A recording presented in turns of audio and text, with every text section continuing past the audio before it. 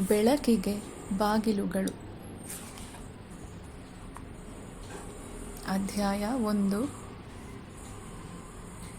ಇದು ಕಾಲ್ಪನಿಕ ಕಥೆಯಲ್ಲ, ಆದರೆ ಇಲ್ಲಿನ ಕೆಲವು ಘಟನೆಗಳು ಕಲ್ಪನೆಗಿಂತ ವಿಚಿತ್ರವಾಗಿ ಕಾಣಿಸಬಹುದು. ಆದರೆ ಯಾರಿಗೂ ಏನನ್ನೂ ಮನದಟ್ಟು ಮಾಡಿಕೊಡಲು ನಾನು ಬಯಸುವುದಿಲ್ಲ. ಯಾವುದು ವಾಸ್ತವ? ನಾನು ಮೇಲಿನ ಸ್ತರಗಳಿಂದ ಕೆಳ ನೋಡಿದಾಗ ಇವೆಲ್ಲ ಎಷ್ಟೊಂದು ಅವಾಸ್ತವಿಕ ಎನಿಸುತ್ತದೆ. ಇನ್ನೂ ಎತ್ತರಕ್ಕೇರಿದರೆ ಎಲ್ಲವೂ ಆ ವಿಶಾಲತೆಯಲ್ಲಿ ಮಾಯವಾಗುತ್ತದೆ. ಮತ್ತಷ್ಟು ಎತ್ತರದಲ್ಲಿ ಬೆಳಕೊಂದೇ ಪ್ರಕಾಶಿಸುತ್ತದೆ. ಈ ಬೆಳಕು ಸದಾಕಾಲವೂ ಅಲ್ಲಿತ್ತು. ನಾನು ಇದನ್ನು ಗಮನಿಸಿರಲಿಲ್ಲ. ಎಲ್ಲವನ್ನೂ ನೋಡಿದ್ದೇನೆ ಎಂದೇ ತಿಳಿದಿದ್ದೆ. ಈ ಎಳಸು ವಿಜ್ಞಾನ ಮತ್ತು ಕುರುಡು ತರ್ಕಗಳನ್ನೇ ಅತಿಯಾಗಿ ನಾನು ನೆಚ್ಚಿಕೊಂಡಿದ್ದೆ. ಪ್ರೌಢ ವಿಜ್ಞಾನವೊಂದಿದೆ ಮತ್ತು ತರ್ಕಗಳನ್ನು ಮೀರಿದ ಸತ್ಯಗಳಿವೆ ಎನ್ನುವುದೇ ನನಗೆ ಗೊತ್ತಿರಲಿಲ್ಲ. ಇನ್ನೂ ಬಹಳಷ್ಟು ವಿಷಯಗಳು ನನಗೆ ತಿಳಿದಿರಲಿಲ್ಲ. ಇದೆಲ್ಲ ನಾನು ಅಮರರನ್ನು ಭೇಟಿಯಾಗುವ ಮುಂಚಿನ ಸಂಗತಿಗಳು. ನಾನು ಅಮರರನ್ನು ಭೇಟಿಯಾಗಿದ್ದು 1977ರಲ್ಲಿ ಬೆಂಗಳೂರಿನಲ್ಲಿ ಫೆಬ್ರವರಿಯ ಒಂದು ತಂಪು ಸಂಜೆಯಲ್ಲಿ ನನ್ನ ಸ್ನೇಹಿತನೊಂದಿಗೆ ಅವರ ಮನೆಯೊಳಗೆ ಕಾಲಿಟ್ಟೆ. ಅಚ್ಚುಕಟ್ಟಾದ ಹಜಾರದಲ್ಲಿ ಕೆಲವೇ ನಿಮಿಷ ಕಾದೆವು. ಆಗ 50ರ ಆಸುಪಾಸಿನ ದೃಢ ಮೈಕಟ್ಟಿನ ವ್ಯಕ್ತಿಯೊಬ್ಬರು ಗಂಭೀರವಾಗಿ ನಡೆದು ಬಂದು ಆಪ್ಯಾಯಮಾನವಾಗಿ ಮುಗುಳ್ನಕ್ಕರು. ಅವರೇ ಅಮರ. ಉದ್ದವಾಗಿ ದಾಡಿ ಬಿಟ್ಟು ರುದ್ರಾಕ್ಷಿ ಮಾಲೆಗಳನ್ನು ಧರಿಸಿದ್ದ ವ್ಯಕ್ತಿಯನ್ನು ಭೇಟಿಯಾಗಲು ನಾನು ಮಾನಸಿಕವಾಗಿ ಸಿದ್ಧನಾಗಿದ್ದೆ. ಆದರೆ ಅಮರ ಸಂಪೂರ್ಣವಾಗಿ ಭಿನ್ನವಾಗಿದ್ದರು. ಒಪ್ಪವಾಗಿ ಇಸ್ತ್ರಿ ಮಾಡಿದ್ದ ಶರ್ಟು ಪ್ಯಾಂಟುಗಳಲ್ಲಿ ಅವರು ಒಬ್ಬ ಪ್ರೊಫೆಸರ್ರಂತೆ ಕಾಣುತ್ತಿದ್ದರು. ಆದರೆ ಅವರಲ್ಲಿ ನಾನಾಗ ಗ್ರಹಿಸಲಾಗದಿದ್ದ ಯಾವುದೋ ಒಂದು ಅಗಾಧತೆ ಇತ್ತು. ನಮ್ಮ ಪರಿಚಯವಾದ ಮೇಲೆ ಅಮರ ನನ್ನನ್ನು ಕೇಳಿದರು, ನೀವು ಧ್ಯಾನ ಮಾಡಲು ಇಷ್ಟಪಡುತ್ತೀರಾ? ನಾನು ಹೌದೆಂದು ತಲೆಯಾಡಿಸಿದೆ. ಅವರ ಧ್ವನಿ ದೃಢವಾಗಿದ್ದರೂ ಮೃದುವಾಗಿ ಆಪ್ಯಾಯಮಾನವಾಗಿತ್ತು. ಅವರು ಮುಗುಳ್ನಕ್ಕು ನನ್ನನ್ನೇ ಸಾಕಷ್ಟು ಕಾಲ ದಿಟ್ಟಿಸಿ ನೋಡಿದರು. ಅವರ ಇಂಗಿತ ನನಗರ್ಥವಾಗದಿದ್ದರೂ ಅವರು ನನ್ನನ್ನು ಆಳವಾಗಿ ಪರೀಕ್ಷಿಸುತ್ತಿರುವುದು ನನಗೆ ಗೊತ್ತಾಗುತ್ತಿತ್ತು. ಯಾವುದೋ ಅಸ್ಪಷ್ಟ ನೆನಪು, ಒಂದು ಮೃದು ಭಾವನೆ ನನ್ನಾಳದಿಂದ ಮೇಲೇರುತ್ತಿರುವುದು ತಿಳಿಯುತ್ತಿತ್ತು. ಅವರು ತುಂಬ ಪರಿಚಿತರಂತೆ ಕಾಣುತ್ತಾರೆಂದು ನಾನವರಿಗೆ ಹೇಳಿದೆ. ಅವರು ಮತ್ತೆ ಮುಗುಳ್ನಕ್ಕು ನುಡಿದರು, ನಾವು ಇದಕ್ಕೂ ಮುನ್ನ ಭೇಟಿಯಾಗಿದ್ದೇವೆ. ಇಲ್ಲ, ನಾನು ನಿಮ್ಮನ್ನು ಸಂಧಿಸುತ್ತಿರುವುದು ಇದೇ ಮೊದಲ ಸಲ. ನಾವು ಹಿಂದಿನ ಜನ್ಮಗಳಲ್ಲಿ ಭೇಟಿಯಾಗಿದ್ದೇವೆ. ನನಗೆ ಹೇಗೆ ಪ್ರತಿಕ್ರಿಯಿಸಬೇಕೋ ತಿಳಿಯಲಿಲ್ಲ. ಬೇರೆ ಯಾರಾದರೂ ಆಗಿದ್ದರೆ ಗೇಲಿ ಮಾಡುತ್ತಿದ್ದೆನೇನೋ.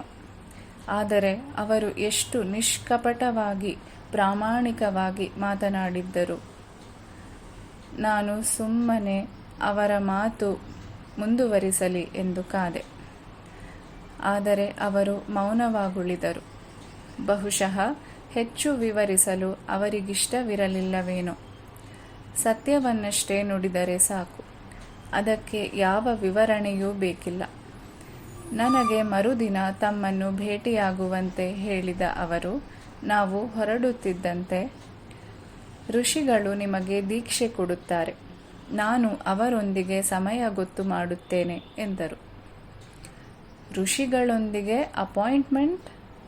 ನನ್ನ ಸ್ನೇಹಿತ ನನಗೆ ಮೊದಲೇ ವಿವರಿಸಿದ್ದ. ಅಮರ ಉನ್ನತ ಲೋಕಗಳಿದ್ದ ಸಪ್ತ ಋಷಿಗಳೊಂದಿಗೆ ಸಂಪರ್ಕ ಹೊಂದಿದ್ದರು. ಪ್ರತಿ ರಾತ್ರಿ ಅವರು ತಮ್ಮ ಸೂಕ್ಷ್ಮ ಶರೀರದಲ್ಲಿ ಪ್ರಯಾಣಿಸಿ ಋಷಿಗಳನ್ನು ಭೇಟಿಯಾಗಿ ಮಾನವ ಕಲ್ಯಾಣ ಮತ್ತು ವಿಕಾಸಕ್ಕೆ ಸಂಬಂಧಿಸಿದ ಕಾರ್ಯಗಳಲ್ಲಿ ಭಾಗವಹಿಸುತ್ತಿದ್ದರು. ಋಷಿಗಳು ನಾಳೆ ಬರುತ್ತಾರೆಯೇ? ನಾನು ಅವರನ್ನು ನೋಡಬಲ್ಲೆನೆ? ಈ ನಿರೀಕ್ಷೆಯಿಂದ ರೋಮಾಂಚನಗೊಂಡು ನನ್ನ ಕಲ್ಪನಾ ಲೋಕದಲ್ಲಿ ವಿಹರಿಸುತ್ತಿದ್ದಂತೆಯೇ ನಾವು ಹೊರಬಂದೆವು. ನಮ್ಮನ್ನು ಬರಮಾಡಿಕೊಂಡ ಗದ್ದಲ ತುಂಬಿದ ರಸ್ತೆ ಮತ್ತು ತಣ್ಣಗಿನ ಜಗತ್ತು ಈಗ ವಿಚಿತ್ರವಾಗಿ ವಿಭಿನ್ನವಾಗಿ ಕಾಣುತ್ತಿದ್ದವು. ನಾನು ಪುಸ್ತಕಗಳನ್ನೋದಿ ಯಾರ ಮಾರ್ಗದರ್ಶನವೂ ಇಲ್ಲದೆ ಹಲವು ಬಾರಿ ಧ್ಯಾನ ಮಾಡಲು ಪ್ರಯತ್ನಿಸಿದ್ದೆ. ಆದರೆ ಪುಸ್ತಕಗಳು ಆಕರ್ಷಕ ಶಾಸ್ತ್ರಗಳ ಕಗ್ಗಗಳಾಗಿದ್ದು ವಾಸ್ತವವಾಗಿ ಅವುಗಳ ಉಪಯೋಗ ಅಷ್ಟಕ್ಕಷ್ಟೇ ಎಂದು ಅರ್ಥವಾಗಲು ನನಗೆ ಹೆಚ್ಚು ಹೊತ್ತು ಹಿಡಿಯಲಿಲ್ಲ. ಒಬ್ಬ ಗುರು ಅವಶ್ಯಕವಾಗಿದ್ದರು. ಅಂಥ ಗುರುವಿಗಾಗಿ ನಾನು ಹುಡುಕುತ್ತಿದ್ದೆ. ಮರುದಿನ ನಿಗದಿತ ಸಮಯಕ್ಕೆ ಸರಿಯಾಗಿ ನಾನು ಅಮರರ ಬಳಿಯಿದ್ದೆ. ಅವರು ನನ್ನನ್ನು ಮಹಡಿಯ ಮೇಲಿನ ಕೋಣೆಯೊಂದಕ್ಕೆ ಕರೆದೊಯ್ದರು. ಕೋಣೆಯ ತುಂಬ ಊದುಬತ್ತಿಯ ಘಮಘಮ. ದೊಡ್ಡ ವಿಗ್ರಹಗಳು, ಬೃಹತ್ ಕನ್ನಡಿಗಳು ಅಲ್ಲಿದ್ದವು. ಅಲ್ಲಿ ಒಂದು ಆಪ್ತ ಪ್ರಶಾಂತತೆ ಮತ್ತು ದಿವ್ಯ ವಾತಾವರಣವಿತ್ತು. ನಾನೊಮ್ಮೆ ಸುತ್ತಲೂ ನೋಡಿದಾಗ ಅಮರ ಮುಗುಳ್ನಕ್ಕರು. ಇಲ್ಲ, ಈಗ ಇಲ್ಲಿರುವ ಋಷಿಯನ್ನು ನೀವು ನೋಡಲು ಸಾಧ್ಯವಿಲ್ಲ. ಅವರು ತಮ್ಮ ಸೂಕ್ಷ್ಮ ಶರೀರದಲ್ಲಿದ್ದಾರೆ. ನಾನು ಆ ಋಷಿಯನ್ನು ನೋಡುವ ನಿರೀಕ್ಷೆ ಇಲ್ಲದಿದ್ದರೂ ಇನ್ನೊಮ್ಮೆ ಚುರುಕಾಗಿ ಸುತ್ತಲೂ ಕಣ್ಣು ಹಾಯಿಸಿದೆ. ಅವರು ಅಲ್ಲಿ ಇದ್ದಿರಬೇಕು. ಆ ಸ್ಥಳ ಒಂದು ದಿವ್ಯ ಸಾನ್ನಿಧ್ಯದಿಂದ ತುಂಬಿಕೊಂಡಿತ್ತು. ನಾನು ಮಾನಸಿಕವಾಗಿ ಅವರ ಇರುವಿಕೆಯನ್ನು ಅನುಭವಿಸಬಲ್ಲವನಾಗಿದ್ದೆ. ನಾನು ಅಮರರ ಮುಂದೆ ಕುಳಿತು ಕಾದೆ. ಅಮರ ಧ್ಯಾನವನ್ನು ಸಂಕ್ಷಿಪ್ತವಾಗಿ ವಿವರಿಸಿ ಅದರ ಬಗ್ಗೆ ತುಂಬ ಸ್ಪಷ್ಟವಾದ ಸೂಚನೆಗಳನ್ನು ನೀಡಿದರು. ಧ್ಯಾನವೆಂದರೆ ಮೌನಗೊಳಿಸುವುದು. ನಾವು ನಮ್ಮ ಇಡೀ ಶಾರೀರಿಕ ವ್ಯವಸ್ಥೆಯನ್ನು, ಅಂದರೆ ದೇಹ, ಮನಸ್ಸು ಮತ್ತು ಬುದ್ಧಿಗಳನ್ನು ಕ್ರಮೇಣ ಮೌನಗೊಳಿಸುವುದು. ಮೌನದಲ್ಲಿ ಅನೇಕ ಆಂತರಿಕ ಕ್ರಿಯೆಗಳು ಪ್ರಾರಂಭಗೊಳ್ಳುತ್ತವೆ. ಮೊದಲು ನಮ್ಮ ಶಾರೀರಿಕ ವ್ಯವಸ್ಥೆ ಸ್ವಚ್ಛಗೊಳ್ಳುತ್ತದೆ. ನಂತರ ಅದನ್ನು ಉನ್ನತ ಅನುಭವಗಳನ್ನು ಹೊಂದಲು ಸಿದ್ಧಗೊಳಿಸಲಾಗುತ್ತದೆ. ಅಂತಿಮವಾಗಿ ಇದು ನಮ್ಮನ್ನು ದಿವ್ಯ ಜೀವಿಗಳನ್ನಾಗಿ ಪರಿವರ್ತಿಸುತ್ತದೆ.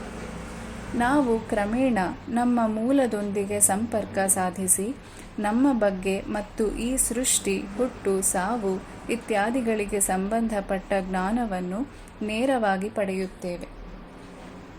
ಧ್ಯಾನವೆಂದರೆ ಏಕಾಗ್ರತೆಯೇ? ನಾನು ಕೇಳಿದೆ. ಅಲ್ಲ, ಅದು ಏಕಾಗ್ರತೆಯನ್ನು ಮೀರಿದ್ದು. ನಾವು ಮುಂದುವರೆಯುತ್ತಾ ಹೋದಂತೆ ಅದು ಪ್ರಜ್ಞೆಯಲ್ಲಿ ಮಾಡುವ ಪ್ರಯಾಣ. ಆದರೆ ನಾನು ಪುಸ್ತಕಗಳಲ್ಲಿ ಓದಿರುವಂತೆ ನನಗೆ ಗೊತ್ತು, ಜನರಲ್ಲಿ ಅನೇಕ ತಪ್ಪು ಅಭಿಪ್ರಾಯಗಳಿವೆ. ಆದರೆ ನನ್ನ ಜ್ಞಾನ ಋಷಿಗಳಿಂದ ಬಂದದ್ದು. ಸಾವಿರಾರು ವರ್ಷಗಳ ಹಿಂದೆ ಮೊದಲ ಬಾರಿಗೆ ಮಾನವರಿಗೆ ಧ್ಯಾನವನ್ನು ಕಲಿಸಿದವರೇ ಅವರು. ಅವರೇ ಮೂಲ ಗುರುಗಳು. ಹೆಚ್ಚಿನ ವಿಷಯಗಳನ್ನು ನಂತರ ವಿವರಿಸುತ್ತೇನೆ. ಈಗ ಕಣ್ಣು ಮುಚ್ಚಿಕೊಂಡು ನಿಮ್ಮ ದೃಷ್ಟಿಯನ್ನು ಭ್ರೂಮಧ್ಯದಲ್ಲಿ ಕೇಂದ್ರೀಕರಿಸಿ. ಇಲ್ಲಿರುವ ಋಷಿಯು ನಿಮ್ಮೊಳಗೆ ಆಧ್ಯಾತ್ಮಿಕ ಚೈತನ್ಯವನ್ನು ಹರಿಸಿ ನಿಮ್ಮನ್ನು ಧ್ಯಾನಕ್ಕೆ ಉಪಕ್ರಮಗೊಳಿಸುತ್ತಾರೆ. ನಾನು ಕಣ್ಣು ಮುಚ್ಚಿ ದೃಷ್ಟಿಯನ್ನು ಕೇಂದ್ರೀಕರಿಸಿ ಕಾದೆ. ಆಗ ಶಕ್ತಿಯ ಅಲೆಯೊಂದು ನನ್ನ ಮೇಲೆ ಇಳಿದಂತೆ ಭಾಸವಾಗಿ ನಂತರ ನಾನು ಪ್ರಜ್ಞೆ ಕಳೆದುಕೊಂಡೆ. ಕಣ್ಣು ತೆರೆದಾಗ ಅಮರ ನಸುನಕ್ಕರು. 1 ಗಂಟೆ ಕಳೆದಿತ್ತು. ಒಂದು ಬಗೆಯ ದಿಗ್ಭ್ರಾಂತಿ ತುಂಬಿದ್ದರೂ ತುಂಬ ಪ್ರಶಾಂತವಾಗಿದ್ದ ಮನಸ್ಸಿನೊಂದಿಗೆ ನಾನು ಮನೆಗೆ ಹೋದೆ. ನನ್ನ ಪ್ರಜ್ಞಾ ಪ್ರಯಾಣ ಹೀಗೆ ಪ್ರಾರಂಭಗೊಂಡಿತು. ಸುಮಾರು 10 ವರ್ಷದವನಿದ್ದಾಗ ಮೊದಲ ಸಲ ನಾನು ಸೂಕ್ಷ್ಮ ಶರೀರದಲ್ಲಿ ಪ್ರಯಾಣಿಸಿದ್ದೆ. ಅಮರ ತಮ್ಮ ಎಂದಿನ ನಿರಾಳವಾದ ರೀತಿಯಲ್ಲಿ ಮಾತನಾಡುತ್ತಿದ್ದರು. ಅವರ ಧ್ಯಾನದ ಕೋಣೆಯಲ್ಲಿ ಅವರೆದುರು ಕುಳಿತು ಆಲಿಸುತ್ತಾ ಪ್ರತಿ ಮಾತು ನನ್ನ ಮನಸ್ಸಿನಲ್ಲಿ ಅಚ್ಚೊತ್ತಿಕೊಳ್ಳಲು ಬಿಡುತ್ತಿದ್ದಂತೆಯೇ ಅಗೋಚರವಾದ ಸಂಪತ್ತನ್ನು ಸ್ವೀಕರಿಸುತ್ತಿರುವ ಪೂರ್ಣ ಅರಿವು ನನಗಿತ್ತು. ಅಮರರ ಸಲಹೆಯಂತೆ ಪ್ರತಿ ಶುಕ್ರವಾರದ ಸಂಜೆಗಳಂದು ನಾನವರನ್ನು ಭೇಟಿಯಾಗಲು ಪ್ರಾರಂಭಿಸಿದೆ.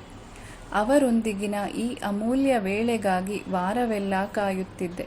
ಅವರು ನನ್ನ ಧ್ಯಾನಾಭ್ಯಾಸವನ್ನು ಪರೀಕ್ಷಿಸಿ ಮಾರ್ಗದರ್ಶಿಸುತ್ತಾ ನಾನು ಸಾವಿರಾರು ವರ್ಷ ತಪಸ್ಸು ಮಾಡಿದರೂ ಸಿಕ್ಕದಂಥ ಅಪರೂಪದ ಜ್ಞಾನವನ್ನು ಕೊಡುತ್ತಿದ್ದರು. ಪುಸ್ತಕಗಳಲ್ಲಿ ಇಲ್ಲದ ವಿಷಯಗಳನ್ನು ವಿವರಿಸುತ್ತಾ ಅವರು ನನಗೆ ಧ್ಯಾನದ ಸಂಪೂರ್ಣ ವಿಜ್ಞಾನವನ್ನೇ ಕೊಟ್ಟರು. ಸಾಕಷ್ಟು ಕಾಲದ ನಂತರ ಒಂದು ದಿನ ಅವರು, ಈಗ ನೀವು ಪತಂಜಲಿಯ ಯೋಗಸೂತ್ರಗಳಿಗೆ ಒಂದು ಹೊಸ ಅಧ್ಯಾಯವನ್ನೇ ಸೇರಿಸಬಹುದು ಎಂದರು. ಶುಕ್ರವಾರದ ಭೇಟಿಗಳಲ್ಲಿ ಅಮರ ಋಷಿಗಳೊಂದಿಗಿನ ತಮ್ಮ ಅನೇಕ ಕಾರ್ಯಗಳನ್ನು, ತಮ್ಮ ಅನುಭವಗಳನ್ನು ವಿವರಿಸುತ್ತಿದ್ದರು. ಒಂದು ದಿನ ಅವರು ಋಷಿಗಳ ಜೊತೆ ತಮಗಾದ ಮೊದಲ ಸಂಪರ್ಕದ ಬಗ್ಗೆ ವಿವರಿಸಿದರು. ನನಗೆ ಒಂದು ಶಸ್ತ್ರಚಿಕಿತ್ಸೆ ಆಗುತ್ತಿತ್ತು. ಅರಿವಳಿಕೆಯನ್ನು ಕೊಟ್ಟು 10ರವರೆಗೆ ಎಣಿಸಲು ನನಗೆ ಹೇಳಿದರು. 6ರವರೆಗೆ ಎಣಿಸಿದ ನಂತರ ಪ್ರಜ್ಞೆ ತಪ್ಪಿದೆ. ನನ್ನ ದೇಹದ ಪ್ರಜ್ಞೆಯನ್ನು ಕಳೆದುಕೊಂಡರೂ ಇನ್ನೊಂದು ಮಟ್ಟದಲ್ಲಿ ನಾನು ಎಚ್ಚರವಾಗಿದ್ದೆ. ಅದು ಸೂಕ್ಷ್ಮ ವಲಯ ಎಂದು ನಂತರ ತಿಳಿಯಿತು. ನಾನು ನನ್ನ ದೇಹದೊಳಗೆ ಚಲಿಸಬಹುದಲ್ಲದೆ ಹೊರಗೂ ಬರಬಹುದೆಂದು ಕಂಡುಕೊಂಡೆ. ಕಗ್ಗತ್ತಲ ಸುರಂಗವೊಂದನ್ನು ನಾನು ಹಾದು ಹೊರಬಂದೆ. ಇದು ಯಾವುದೇ ಪ್ರಯತ್ನವಿಲ್ಲದೆ ನಡೆಯಿತು. ಕೇವಲ ಇಚ್ಛಿಸಿದ ಮರುಕ್ಷಣದಲ್ಲೇ ನಾನು ಹೊರಗಿದ್ದೆ. ಆಗ ವೈದ್ಯರು ಮತ್ತಿತರರು ಸುತ್ತುವರೆದಿದ್ದ ನನ್ನ ದೇಹವನ್ನು ನಾನು ಮೇಲಿನಿಂದ ಕಂಡೆ. ಆ ಸಮಯಕ್ಕೆ ಸರಿಯಾಗಿ ಮೇಲಿನ ಯಾವುದೋ ದೂರದ ಸ್ಥಳದಿಂದ ಹೊಮ್ಮುತ್ತಿದ್ದ ವಿಚಿತ್ರ ಸಂಗೀತ ನನ್ನ ಕಿವಿಗೆ ಬಿತ್ತು. ನನಗೆ ಅಲ್ಲಿಗೆ ಹೋಗುವ ಆಸೆಯಾಯಿತು. ಮರುಕ್ಷಣವೇ ನಾನು ಅದ್ಭುತವಾದ ವೇಗದಲ್ಲಿ ಚಲಿಸಲಾರಂಭಿಸಿದೆ. ಛಾವಣಿಯನ್ನು ಹಾದು ಹೊರಬಂದು ಅಂತರಿಕ್ಷದಲ್ಲಿ ಪ್ರಯಾಣಿಸತೊಡಗಿದೆ. ನನ್ನ ಹಿಂದೆ ನಗರವು ಸರಿಯುತ್ತಾ ವೇಗವಾಗಿ ಕುಗ್ಗುತ್ತಾ ಚುಕ್ಕೆಯಂತಾಗುವಷ್ಟರಲ್ಲಿ ನಾನು ನಮ್ಮ ಭೂಮಿಯ ವಲಯದಾಚೆ ಹೋಗುತ್ತಿರುವುದು ನನ್ನ ಗಮನಕ್ಕೆ ಬಂದಿತು. ಆ ಸಂಗೀತವು ಅಂತರಿಕ್ಷದಲ್ಲಿ ಇನ್ನೂ ಎತ್ತರದಿಂದ ಕೇಳಿಬರುತ್ತಿತ್ತು. ವಿಚಿತ್ರವೆಂದರೆ ನನಗೆ ಒಂದಿಷ್ಟೂ ಹೆದರಿಕೆಯಾಗಲಿಲ್ಲ. ಇದೆಲ್ಲವೂ ತುಂಬ ರೋಮಾಂಚಕವಾಗಿತ್ತು. ನಮ್ಮ ಭೂಮಿಯು ದೊಡ್ಡ ಗಾತ್ರದ ಚಂದ್ರನಂತೆ ಕಾಣುತ್ತಿತ್ತು. ನಾನು ಚಂದ್ರ, ಶುಕ್ರಗ್ರಹ ಮತ್ತು ಬುಧ ಗ್ರಹಗಳನ್ನು ಮಿಂಚಿನ ವೇಗದಲ್ಲಿ ಹಾದು ಕಗ್ಗತ್ತಲ ಅಂತರಿಕ್ಷದಲ್ಲಿ ಮುಂದುವರೆದೆ. ಅಂತಿಮವಾಗಿ ನಾನು ಸೂರ್ಯನನ್ನು ತಲುಪಿ ಒಳಹೊಕ್ಕೆ. ಸೂರ್ಯನ ಪ್ರಜ್ವಲಿಸುತ್ತಿದ್ದ ಮೇಲ್ಮೈಯನ್ನು ದಾಟಿ ಅದರೊಳಗಿನ ವಿಶಾಲ ನೀಲಿ ಅಂತರಿಕ್ಷವನ್ನು ಪ್ರವೇಶಿಸಿದೆ. ಅಲ್ಲಿ ಅಸಂಖ್ಯ ಭೂಮಿಗಳಿದ್ದು ಆ ಸಂಗೀತವು ಮಧ್ಯದ ಒಂದು ಭೂಮಿಯಿಂದ ಬರುತ್ತಿತ್ತು. ನಾನು ಆ ಭೂಮಿಯ ದೊಡ್ಡ ನಗರವೊಂದರಲ್ಲಿ ಇಳಿದೆ. ಅಲ್ಲಿ ಒಂದು ಬೃಹದಾಕಾರದ ಕಟ್ಟಡವಿತ್ತು. 100 ಜನರು ಅದರ ಒಳಹೊರಗೆ ಓಡಾಡುತ್ತಿದ್ದರು. ಆಗ ಅಲ್ಲಿಯವರೆಗೆ ಕೇಳಿಸುತ್ತಿದ್ದ ಸಂಗೀತ ಇದ್ದಕ್ಕಿದ್ದಂತೆ ನಿಂತು ಹೋದದ್ದನ್ನು ಮರೆತು ನಾನು ಆ ಕಟ್ಟಡದೊಳಗೆ ಹೋದೆ. ಒಂದು ವಿಶಾಲವಾದ ಸಭಾಂಗಣದೊಳಗೆ ಕಾಲಿಡುತ್ತಿದ್ದಂತೆಯೇ ಕಿರೀಟಧಾರಿಯಾದ ಅತ್ಯಂತ ಸುಂದರ ವ್ಯಕ್ತಿಯೊಬ್ಬರ ಝಗಝಗಿಸುತ್ತಿದ್ದ ಸಿಂಹಾಸನದ ಮೇಲೆ ಕುಳಿತಿದ್ದನ್ನು ಕಂಡೆ. ಜನರು ಆತನ ಮುಂದೆ ತಲೆಬಾಗಿ ನಮಸ್ಕರಿಸುತ್ತಿದ್ದರು. ನಾನೂ ಬಾಗಿ ನಮಸ್ಕರಿಸಿದೆ. ಆಗ ನನ್ನ ಹೆಗಲ ಮೇಲೆ ಒಂದು ಕೈ ಬಿತ್ತು. ತಿರುಗಿ ನೋಡಿದಾಗ ಒಂದು ಪರಿಚಿತ ಮುಖವನ್ನು ಕಂಡೆ. ಇಲ್ಲೇನು ಮಾಡುತ್ತಿದ್ದೀಯಾ? ನಾನು ವಿವರಿಸಿದೆ. ಆತ ತಾನು ನನ್ನ ಹಿಂದಿನ ಜನ್ಮದ ಸ್ನೇಹಿತನೆಂದು, ಸಾವಿನ ಮುಂಚೆ ನಾನಲ್ಲಿಗೆ ಬರಬಾರದಿತ್ತೆಂದು ಹೇಳಿದ. ಆತ ನನ್ನನ್ನು ಸಭಾಂಗಣದಿಂದ ಹೊರಗೆ ಕರೆದೊಯ್ಯುತ್ತಿದ್ದಂತೆ ನಾನು ಸಿಂಹಾಸನದಲ್ಲಿ ಕುಳಿತಿದ್ದ ವ್ಯಕ್ತಿಯ ಬಗ್ಗೆ ಕೇಳಿದೆ.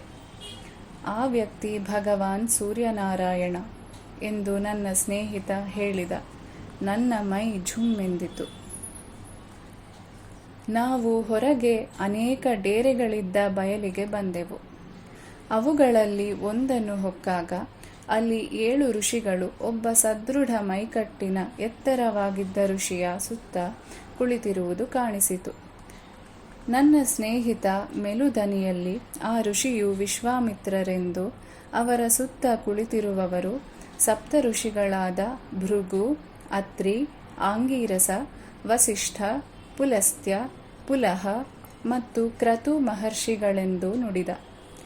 ನಂತರ ಆತ ಅವರಿಗೆ ನನ್ನ ಬಗ್ಗೆ ವಿವರಿಸಿದ. ವಿಶ್ವಾಮಿತ್ರ ಮಹರ್ಷಿಗಳು ನನ್ನನ್ನು ಕೆಲಕಾಲ ದಿಟ್ಟಿಸಿ ನೋಡಿ ನಂತರ ಅಪಾರವಾದ ಪ್ರೀತಿ ಮತ್ತು ತಿಳುವಳಿಕೆಯಿಂದ ನುಡಿದರು. ನೀನಿಲ್ಲಿಗೆ ಬಂದು ಇದೆಲ್ಲವನ್ನು ನೋಡಿದ್ದು ಒಳ್ಳೆಯದೇ ಆಯಿತು. ಆದರೀಗ ನೀನು ನಿನ್ನ ಭೂಮಿಗೆ, ನಿನ್ನ ಶರೀರಕ್ಕೆ ಹಿಂದಿರುಗಬೇಕು. ನನಗೆ ಹಿಂದಿರುಗಲು ಇಷ್ಟವಿರಲಿಲ್ಲ. ಆ ಜಾಗ ನನಗೆಷ್ಟು ಇಷ್ಟವಾಗಿತ್ತೆಂದರೆ ಅಲ್ಲಿಯೇ ಇದ್ದು ಬಿಡಲು ಮನಸ್ಸಾಗಿತ್ತು. ಆ ಋಷಿ ಮುಗುಳ್ನಕ್ಕು ನುಡಿದರು, ಯಾರಿಗೆ ತಾನೇ ಇಲ್ಲಿ ಇರಲು ಮನಸ್ಸಾಗುವುದಿಲ್ಲ? ಆದರೆ ನೀನು ಮರಳಿ ಹೋಗಲೇಬೇಕು. ಈಗ ಹಿಂದಿರುಗಿ ಹೋಗು, ನಾನೇ ನಿನ್ನಲ್ಲಿಗೆ ಬರುತ್ತೇನೆ. ನನಗೆ ಅವರನ್ನು ಬಿಟ್ಟು ಬರಲಾಗಲಿಲ್ಲ. ಅವರು ಅಷ್ಟು ಭವ್ಯವಾಗಿದ್ದರು, ಒಬ್ಬ ದೇವರಂತೆ. ಒಲ್ಲದ ಮನಸ್ಸಿನಿಂದಲೇ ಹೊರಬಂದು ಹಿಂದಿರುಗಿದೆ. ಛಾವಣಿಯ ಮೂಲಕ ಕೆಳಗಿಳಿಯುತ್ತಿದ್ದಂತೆ ವೈದ್ಯರು ಮತ್ತಿತರರು ನನ್ನ ದೇಹವನ್ನೇ ದಿಟ್ಟಿಸಿ ನೋಡುತ್ತಿರುವುದು ಕಾಣಿಸಿತು. ನನ್ನ ದೇಹದೊಳಗೆ ಈ ಹಿಂದೆ ಎಷ್ಟೋ ಸಲ ಪ್ರವೇಶ ಮಾಡಿರುವೆನೋ ಎಂಬಂತೆ ಸಲೀಸಾಗಿ ಸೇರಿಕೊಂಡೆ. ಕಣ್ಣು ಬಿಟ್ಟಾಗ ಸುತ್ತಲಿದ್ದವರೆಲ್ಲ ನೆಮ್ಮದಿಯ ನಿಟ್ಟುಸಿರು ಬಿಟ್ಟರು. ನಾನು ಮತ್ತೆ ಕದಲುವುದಿಲ್ಲವೆಂದು ಅವರು ಭಾವಿಸಿದ್ದರೇನೋ. ಈ ಘಟನೆಯ ನಂತರ ನಾನು ದಿನಗಟ್ಟಲೆ, ತಿಂಗಳುಗಟ್ಟಲೆ ಆ ಋಷಿಗಾಗಿ ಕಾದೆ. ಅವರು ಬರಲಿಲ್ಲ. ನಾನು ನನ್ನ ಪ್ರಯಾಣದ ಬಗ್ಗೆ ಇತರರೊಂದಿಗೆ ಮಾತನಾಡಿದಾಗ ಯಾರೂ ನನ್ನನ್ನು ಗಂಭೀರವಾಗಿ ತೆಗೆದುಕೊಳ್ಳಲಿಲ್ಲ. ಮನೆಯವರು ತಮಾಷೆ ಮಾಡಿ ನಕ್ಕು ಬಿಟ್ಟರು. ತಿಂಗಳುಗಳು ಸರಿದಂತೆ ಇದೆಲ್ಲ ಕನಸಿರಬೇಕೆಂದು ನನಗೆ ನಾನೇ ಸಮಾಧಾನ ಮಾಡಿಕೊಂಡೆ. ಒಂದು ಹುಣ್ಣಿಮೆಯ ರಾತ್ರಿ ಕಿಟಕಿಯ ಮೂಲಕ ನಾನು ಆಕಾಶವನ್ನು ನೋಡುತ್ತಿದ್ದಾಗ ಒಂದು ನಕ್ಷತ್ರ ಸರಿದಾಡುತ್ತಿದ್ದುದನ್ನು ಕಂಡೆ. ಕೆಲವೇ ಕ್ಷಣಗಳಲ್ಲಿ ಅದು ನನ್ನ ಕೋಣೆಯೊಳಗೆ ಇಳಿದು ನನ್ನ ಮುಂದೆ ನಿಂತಿತು. ನಾನು ಕಂಡದ್ದು ಕನಸಲ್ಲ.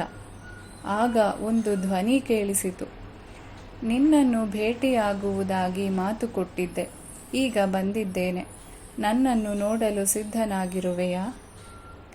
ನಾನು ಕ್ಷೀಣ ಧ್ವನಿಯಲ್ಲಿ ಹೌದು ಎಂದು ಹೇಳಿ ಕಾದೆ. ಮೊದಲು ಒಂದು ಅಸ್ಪಷ್ಟ ಆಕಾರ ಮೂಡಿತು. ನಂತರ ಅದರ ದೃಢರೂಪ ಕಾಣಿಸಿತು. 1 ನಿಮಿಷದೊಳಗೆ ವಿಶ್ವಾಮಿತ್ರ ಮಹರ್ಷಿಗಳು ಪ್ರತ್ಯಕ್ಷರಾಗಿದ್ದರು. ಅದು ನಂಬಲ ಸಾಧ್ಯವಾಗಿತ್ತು.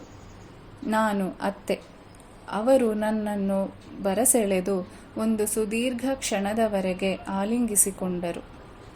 ನಂತರ ಅವರು, ನಿನ್ನನ್ನು ಸಂಗೀತದ ಮೂಲಕ ಅಲ್ಲಿಗೆ ಕರೆದವನು ನಾನೇ. ಈಗ ನಮ್ಮ ಕೆಲಸಕ್ಕೆ ನಿನ್ನನ್ನು ತಯಾರು ಮಾಡಲು ಬಂದಿದ್ದೇನೆ. ನಿನಗೆ ಯೋಗ ಮತ್ತು ಆಧ್ಯಾತ್ಮದ ಬಗ್ಗೆ ಎಲ್ಲವನ್ನೂ ಕಲಿಸಲು ನಾನು ಪ್ರತಿ ರಾತ್ರಿ ಬರುತ್ತೇನೆ. ಆಗಬಹುದೇ ಎಂದರು. ನಾನು ಸುಮ್ಮನೆ ತಲೆಯಾಡಿಸಿದೆ. ಹೀಗೆ ಪ್ರಾರಂಭವಾದ ನನ್ನ ಕಲಿಕೆ ಮತ್ತು ತರಬೇತಿ ಸುಮಾರು 2.5 ವರ್ಷಗಳ ಕಾಲ ಮುಂದುವರೆಯಿತು. ಅವರು ನನಗೆ ಪ್ರಾಣಾಯಾಮ, ಧ್ಯಾನ, ಸಮಾಧಿಯ ಆಳವನ್ನು ಪ್ರವೇಶಿಸಿ ಹೊರಬರುವುದು, ಕುಂಡಲಿನಿಯನ್ನು ಜಾಗೃತಗೊಳಿಸುವುದು, ಸೂಕ್ಷ್ಮ ಶರೀರ ಪ್ರಯಾಣ, ಪ್ರತ್ಯಕ್ಷಗೊಳ್ಳುವುದು, ಅನೇಕ ದೇಹಗಳನ್ನು ಹೊಂದುವುದು, ಸಂಯಮದ ರಹಸ್ಯಗಳು ಮತ್ತು ಇನ್ನೂ ಅನೇಕ ರಹಸ್ಯ ಸಂಗತಿಗಳನ್ನು ಕಲಿಸಿದರು. ಅನಂತರ ಒಂದು ರಾತ್ರಿ ಹಿಮಾಲಯದಲ್ಲಿ ಋಷಿಗಳು ಪ್ರತಿ ರಾತ್ರಿಯೂ ಒಟ್ಟುಗೂಡುವ ಒಂದು ರಹಸ್ಯ ಸ್ಥಳಕ್ಕೆ ನನ್ನನ್ನು ಕರೆದೊಯ್ದರು. ಅಲ್ಲಿ ಭಾರೀ ಸಭೆ ಸೇರಿತ್ತು. ಅವರು ವೇದಿಕೆಯ ಮೇಲೆ ಕುಳಿತಿದ್ದ ಒಬ್ಬ ಋಷಿಗೆ ನನ್ನನ್ನು ಪರಿಚಯಿಸಿ, ನಾನು ಒಬ್ಬ ಯುವ ಋಷಿಯನ್ನು ನಿಮಗಾಗಿ ಕರೆತಂದಿದ್ದೇನೆ. ಇವನನ್ನು ನಿಮ್ಮ ಕಾರ್ಯಕ್ಕೆ ಸೇರಿಸಿಕೊಳ್ಳಿ ಎಂದರು. ನಾನು ಬಾಗಿ ನಮಸ್ಕರಿಸುತ್ತಿದ್ದಂತೆ ಅವರು, ಇವರು ಮಾರ್ಕಂಡೇಯ ಮಹರ್ಷಿ. ನಮ್ಮ ಕೆಲಸದ ಉಸ್ತುವಾರಿಯೆಲ್ಲ ಈಗ ಇವರದೇ ಎಂದರು. ನನಗೆ ನಂಬಲಾಗಲಿಲ್ಲ. ಅವರು ಯುವಕರಂತೆ ಕಾಣುತ್ತಿದ್ದರು. ಅವರು ತಮ್ಮ ಭೌತಿಕ ಶರೀರದಲ್ಲಿ ಕುಳಿತಿದ್ದರೇ ಹೊರತು ಸೂಕ್ಷ್ಮ ಶರೀರದಲ್ಲಲ್ಲ. ಅವರ ವಯಸ್ಸೆಷ್ಟಿರಬಹುದು? 1000 ಗಟ್ಟಲೆ ವರ್ಷಗಳೇನೋ. ಈತನ ಹೆಸರೇನು? ಮಾರ್ಕಂಡೇಯ ಮಹರ್ಷಿಗಳು ಕೇಳಿದರು. ವಿಶ್ವಾಮಿತ್ರ ಮಹರ್ಷಿಗಳು, ಈಗಿನಿಂದ ಇವನನ್ನು ಅಮರ ಎಂದು ಕರೆಯೋಣ ಎಂದರು. ಹೀಗೆ ನನಗೆ ಈ ಹೆಸರು ಬಂದಿತು. ಎಲ್ಲ ಸೂಕ್ಷ್ಮ ಲೋಕಗಳಲ್ಲೂ ನಾನು ಅಮರ ಎಂದೇ ಪರಿಚಿತನಾಗಿದ್ದೇನೆ. ಈಗಲೂ ನೀವು ಕೆಲಸ ಮಾಡುತ್ತಿದ್ದೀರಾ? ನಾನು ಅವರನ್ನು ಕೇಳಿದೆ. ಹೌದು. ನಿಮ್ಮ ಜೊತೆ ಎಷ್ಟು ಜನ ಕೆಲಸ ಮಾಡುತ್ತಿದ್ದಾರೆ? 1,44,000. ಅವರು ಭೂಮಿಯ ಮೇಲೆಲ್ಲ ಹಂಚಿಹೋಗಿ ವಿವಿಧ ಜನಾಂಗಗಳಲ್ಲಿ ಬದುಕುತ್ತಿದ್ದಾರೆ. ಅವರು ಎಲ್ಲಿದ್ದಾರೆ ಎನ್ನುವುದು ನಿಮಗೆ ಗೊತ್ತೇ? ಹೌದು. ಆದರೆ ಮಾನವ ಮಟ್ಟದಲ್ಲಿ ನಾವು ಒಬ್ಬರನ್ನೊಬ್ಬರು ಸಂಪರ್ಕಿಸುವುದಿಲ್ಲ. ನೀವು ಮಾಡುವ ಕೆಲಸವೇನು? ಒಂದು ದಿನ ನಿಮಗೆ ತಿಳಿಯುತ್ತದೆ. ನಾನು ಕೂಡ ನಿಮ್ಮ ಕೆಲಸವನ್ನು ಸೇರಬಹುದೇ? ಅಮರ ನಸುನಕ್ಕು ನುಡಿದರು. ಮೊದಲು ಧ್ಯಾನದ ತಂತ್ರಗಳನ್ನು ಕರಗತ ಮಾಡಿಕೊಳ್ಳಿ. ಅಮರರ ನಿಜವಾದ ಹೆಸರು ಅಂಬರೀಷವರ್ಮ ದೇಸಾಯಿ ಎಂದಾಗಿತ್ತು. ಅವರದು ಕೌಜಲಗಿ ರಾಜಮನೆತನ. ಅವರು 1919ರಲ್ಲಿ ಬೆಂಗಳೂರಿನಲ್ಲಿ, ಮುಂದೆ ಸರ್ ಸಿ.ವಿ. ರಾಮನ್ನವರು ಬಾಳಿದ ಮನೆಯಲ್ಲಿ ಹುಟ್ಟಿದ್ದರು. ಬೆಂಗಳೂರಿನಲ್ಲಿ ವಿದ್ಯಾಭ್ಯಾಸ ಮಾಡಿ ನಂತರ ಮದ್ರಾಸ್ನಲ್ಲಿ ವಿಜ್ಞಾನದ ಪದವಿಗಾಗಿ ಓದಿದರು. ಅವರ ಕಡೆಯವರು ಭಾರೀ ಶ್ರೀಮಂತರಾಗಿದ್ದರಿಂದ ಜೀವನ ನಿರ್ವಹಣೆಗಾಗಿ ಅವರೆಂದೂ ದುಡಿಯಬೇಕಾಗಲಿಲ್ಲ. ಭೂ ಸುಧಾರಣಾ ಕಾನೂನು ಜಾರಿಗೆ ಬಂದಾಗ ಅವರ ಕುಟುಂಬದವರು ತಮ್ಮ ಬಹುತೇಕ ಜಾಮೀನುಗಳನ್ನು ಕಳೆದುಕೊಂಡರು. ಅಮರರಿಗೆ ಮದುವೆಯಾಗಿದ್ದು ಒಬ್ಬಳು ಮಗಳಿದ್ದಳು. ಅವರ ಒಬ್ಬನೇ ಸಹೋದರ ಚಿಕ್ಕ ವಯಸ್ಸಿನಲ್ಲಿಯೇ ತೀರಿಕೊಂಡಿದ್ದ. ಒಮ್ಮೆ ಅವರ ಹೆಸರನ್ನು ರಾಯಭಾರಿಯ ಪದವಿಗೆ ಸೂಚಿಸಲಾಗಿತ್ತಾದರೂ ಋಷಿಗಳೊಂದಿಗೆ ಈ ಲೋಕದಲ್ಲಿ ಮತ್ತು ಸೂಕ್ಷ್ಮ ಲೋಕಗಳಲ್ಲಿ ತಮ್ಮ ಕೆಲಸವನ್ನು ಮುಂದುವರೆಸುವ ಸಲುವಾಗಿ ಅಮರ ಅದನ್ನು ನಿರಾಕರಿಸಿದ್ದರು. ನನ್ನಲ್ಲಿ ಅವರ ಬಗ್ಗೆ ಹೆಚ್ಚಿನ ಮಾಹಿತಿ ಇಲ್ಲ. ಅವರು ಯಾವಾಗಲೂ ತಮ್ಮ ಕಾರ್ಯ, ಋಷಿಗಳು, ಧ್ಯಾನ ಮತ್ತು ಋಷಿಗಳ ಜೊತೆ ತಾವು ಸಂಗ್ರಹಿಸಿದ ಅಪರೂಪದ ಆಧ್ಯಾತ್ಮ ಜ್ಞಾನದ ಬಗ್ಗೆಯೇ ಮಾತನಾಡುತ್ತಿದ್ದರೇ ವಿನಃ ತಮ್ಮ ಬಗ್ಗೆ ಹೆಚ್ಚು ಮಾತನಾಡುತ್ತಿರಲಿಲ್ಲ. ನನಗೆ ಅವರ ಬದುಕಿನ ಆಧ್ಯಾತ್ಮಿಕ ಭಾಗವೇ ಹೆಚ್ಚು ಆಸಕ್ತಕರವಾಗಿತ್ತು. ಧ್ಯಾನ ಅಷ್ಟು ಸುಲಭವಾಗಿರಲಿಲ್ಲ. ಅದು ನಾನು ನಿರೀಕ್ಷಿಸಿದ್ದಕ್ಕಿಂತ ಕಷ್ಟಕರವಾಗಿತ್ತು. ಮೊದಲನೆಯ ಅಡಚಣೆ ಮಂಡಿಗಳಲ್ಲಿನ ನೋವು, ಅನಂತರ ಆಲೋಚನೆಗಳು, ಮೌನದ ತೆಳುಪರದೆಗೆ ಬಂದು ಬಡಿಯುವ ಆಲೋಚನಾ ಪ್ರವಾಹ, ಅನಂತರ ಗುರಿಯಿಲ್ಲದೆ ತಿರುಗಾಡುವ ಮನಸ್ಸು. ನನಗೆ ಬಹುಬೇಗ ನಿರಾಶೆಯಾಯಿತು. ಅಮರ ಹೆಜ್ಜೆ ಹೆಜ್ಜೆಗೂ ನನ್ನನ್ನು ಪ್ರೋತ್ಸಾಹಿಸಿ ಮುನ್ನಡೆಸಿ ದಾರಿ ತೋರಿದರು. ಈಗ ಹಿಂದಿರುಗಿ ನೋಡಿದಾಗ ಅವರಿಗೆ ಅದೆಷ್ಟು ಕಷ್ಟವಾಗಿದ್ದಿರಬೇಕು ಎಂದು ತಿಳಿಯುತ್ತದೆ. ತಾಳ್ಮೆ ಮತ್ತು ಪ್ರೀತಿ ಅವರ ದಿವ್ಯ ವ್ಯಕ್ತಿತ್ವದ ಭಾಗಗಳಾಗಿದ್ದವು. ನನ್ನನ್ನು ಹಿಂದೆ ತಳ್ಳುತ್ತಿದ್ದ ಎಲ್ಲ ಅಡಚಣೆಗಳು ನನ್ನ ಬೆಳವಣಿಗೆಯ ಭಾಗಗಳೇ ಎಂದವರು ವಿವರಿಸಿದರು. ಅವೆಲ್ಲವೂ ಸಹಜವಾದ ಅಡಚಣೆಗಳು. ಇತರೆ ಎಲ್ಲ ಪ್ರಾರಂಭಿಕ ಸಾಧಕರಂತೆ ನಾನೂ ಸೋಲುತ್ತಾ, ಹೋರಾಡುತ್ತಾ ಮತ್ತು ಕಲಿಯುತ್ತಾ ಈ ಎಲ್ಲ ಅಡಚಣೆಗಳನ್ನು ದಾಟಿ ಮುನ್ನಡೆಯಬೇಕಿತ್ತು. ದೃಢ ನಿಶ್ಚಯ ಮತ್ತು ಸತತ ಪರಿಶ್ರಮಗಳನ್ನು ಬಿಟ್ಟು ಅನ್ಯ ಮಾರ್ಗವಿರಲಿಲ್ಲ. ಮತ್ತೆ ಮತ್ತೆ ಪ್ರಯತ್ನಿಸಿ ಕ್ರಮೇಣ ನಾನು ಪ್ರಗತಿ ಸಾಧಿಸಿದೆ.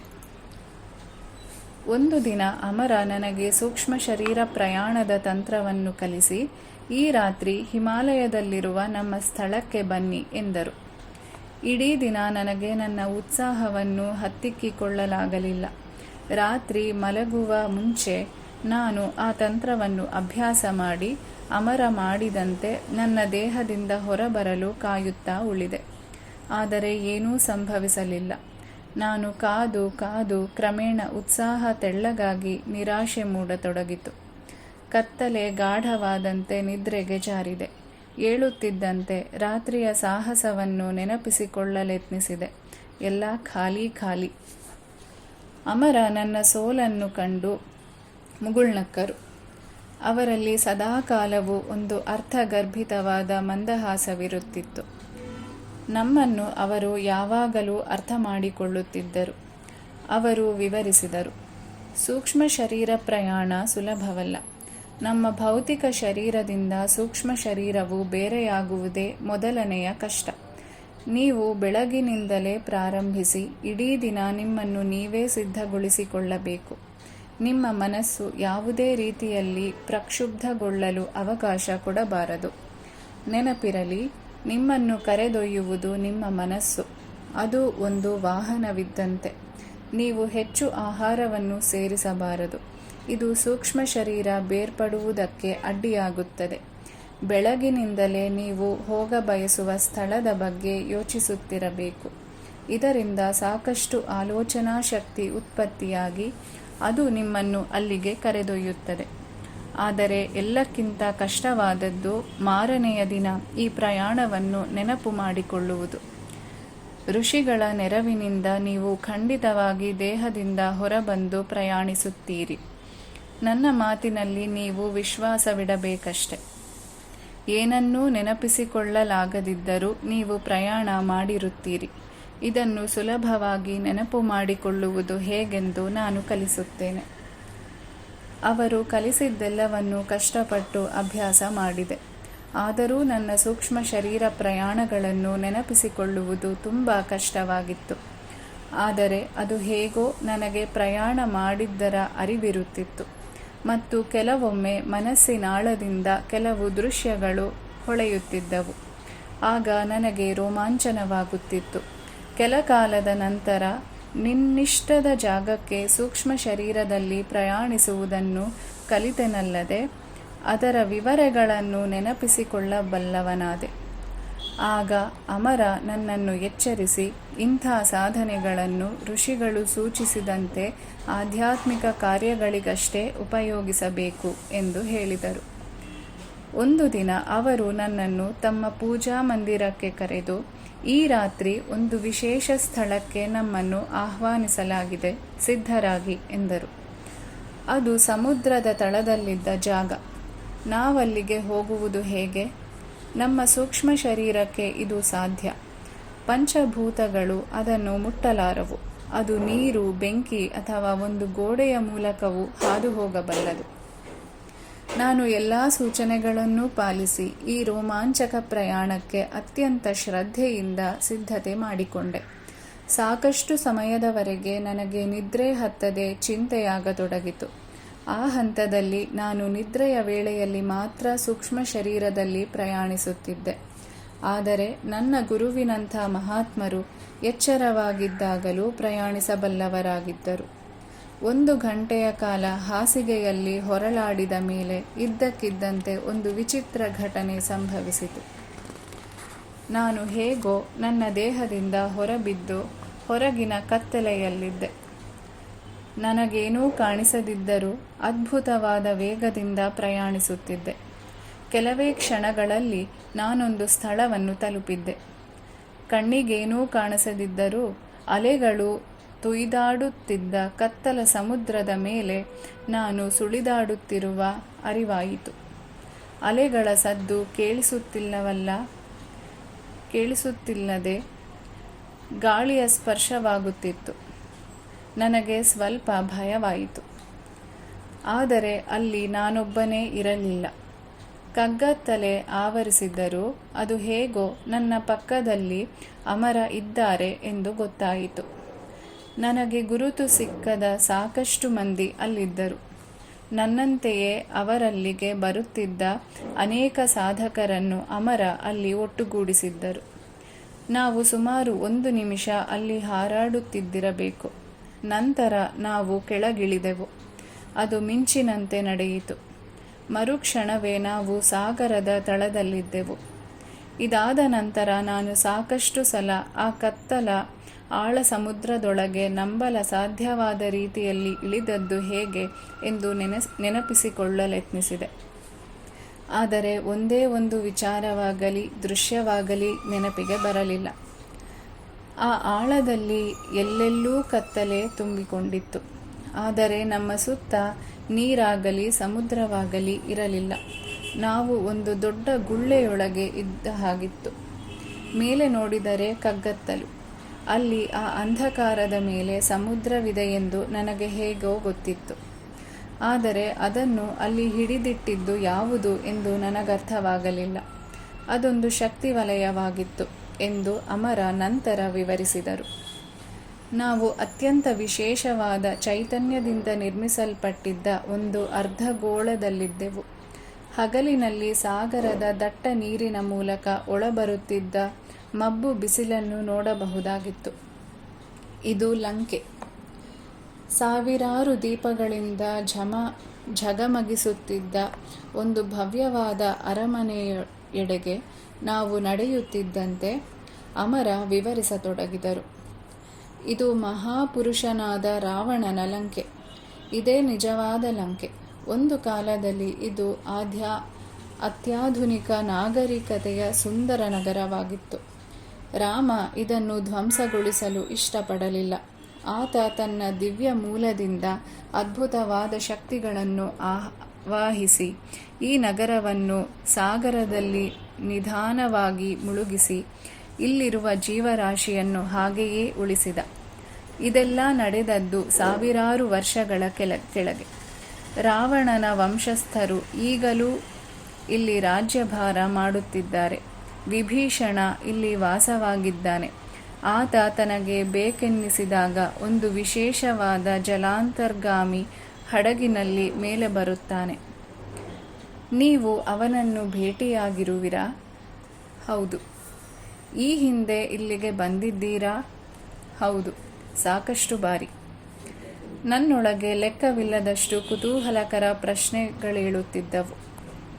ಅಷ್ಟರಲ್ಲಿ ನಾವು ಅರಮನೆಯನ್ನು ತಲುಪಿದ್ದೆವು. ಒಬ್ಬ ಎತ್ತರವಾದ ರಾಜನಂಥ ವ್ಯಕ್ತಿ ಅಮರರನ್ನು ಅತ್ಯಂತ ಗೌರವ ಮತ್ತು ಸಲಿಗೆಯಿಂದ ಬರಮಾಡಿಕೊಳ್ಳುತ್ತಿದ್ದ. ನಾವು ಒಂದು ದೊಡ್ಡ ಸಭಾಂಗಣವನ್ನು ಪ್ರವೇಶಿಸಿದೆವು. ನಮ್ಮನ್ನು ಸಿಂಹಾಸನದಂಥ ಕುರ್ಚಿಗಳತ್ತ ಕರೆದೊಯ್ಯಲಾಯಿತು. ಅಲ್ಲಿ ಆಗಲೇ ಕುಳಿತಿದ್ದ ಮಾರ್ಕಂಡೇಯ ಮಹರ್ಷಿಗಳು ನಾನು ಗುರುತಿಸಿದೆ. ಜೊತೆಗೆ ಕೆಲವು ಸಾಧಕರ ಮುಖಗಳು ಗುರುತು ಸಿಕ್ಕವು. ನಾವು ಕುಳಿತುಕೊಳ್ಳುತ್ತಿದ್ದಂತೆಯೇ ಬೆಳಕಿನಿಂದ ಕೋರೈಸುತ್ತಿದ್ದ ಯುವತಿಯೊಬ್ಬಳು ಸಭಾಂಗಣವನ್ನು ಪ್ರವೇಶಿಸಿದಳು ಮತ್ತು ಅವಳನ್ನು ಒಂದು ಪ್ರಮುಖ ಜಾಗಕ್ಕೆ ಕರೆದೊಯ್ಯಲಾಯಿತು. ಅಮರ ಪಿಸು ನುಡಿದರು. ಈಕೆ ಪದ್ಮಾವತಿ. ಈಗ ಶಂಬಲದಲ್ಲಿರುವ ಭಗವಾನ್ ಕಲ್ಕಿಯನ್ನು ಈಕೆ ಮದುವೆಯಾಗುತ್ತಾಳೆ. ನಾನು ಆಕೆಯತ್ತ ತಿರುಗಿದೆ. ಆಕೆಯಿಂದ ಹೊಮ್ಮುತ್ತಿದ್ದ ಬೆಳಕು ನನ್ನನ್ನಾವರಿಸಿತು. ಒಂದು ಕ್ಷಣ ಎಲ್ಲೆಲ್ಲೂ ಬೆಳಕು ತುಂಬಿಕೊಂಡಿತು. ಅದರಿಂದಾಚೆ ನನಗೆ ಬೇರೇನೂ ಕಾಣಿಸಲಿಲ್ಲ, ಏನೊಂದು ಕೇಳಿಸಲಿಲ್ಲ. ಆ ಬೆಳಕು ಬಹುಶಃ ನನ್ನ ಪ್ರಜ್ಞೆಯನ್ನಾವರಿಸಿರಬೇಕು. ನಂತರದ್ದೇನೂ ನನಗೆ ತಿಳಿಯಲಿಲ್ಲ. ಎಚ್ಚರವಾದಾಗ ಬೆಳಗಾಗಿತ್ತು. ನನ್ನ ರಾತ್ರಿಯ ಪ್ರಯಾಣದ ಇನ್ನಷ್ಟು ವಿವರಗಳನ್ನು ನೆನಪಿಸಿಕೊಳ್ಳಲೆತ್ನಿಸಿದರೂ ಏನೊಂದೂ ಹೊರಬರಲಿಲ್ಲ. ಅಮರರನ್ನು ಭೇಟಿಯಾಗಿ ಮತ್ತಷ್ಟು ವಿಷಯಗಳನ್ನು ತಿಳಿಯಲು ಸಂಜೆಯವರೆಗೂ ಕಾದೆ. ಆ ಸಂಜೆ ದಿನಗಳಷ್ಟು ದೂರವಿದ್ದಂತೆ ತೋರಿತು. ಸಂಜೆ ಅವರ ಸುತ್ತಲೂ ಇನ್ನೂ ಅನೇಕ ಸಾಧಕರಿದ್ದರು. ಪ್ರತಿಯೊಬ್ಬರಿಗೂ ಕೆಲವಾದರೂ ದೃಶ್ಯಗಳು ನೆನಪಿದ್ದವು. ಪ್ರತಿಯೊಬ್ಬನು ತನ್ನ ಅನುಭವವನ್ನು ಹೇಳಿದಾಗ ಎಲ್ಲ ಅನುಭವಗಳೂ ಸೇರಿ ಒಂದು ರೂಪ ಪಡೆಯಿತು. ನಾವು ನೋಡದಿದ್ದ ಭಾಗಗಳನ್ನು ಅಮರ ವಿವರಿಸಿದರು.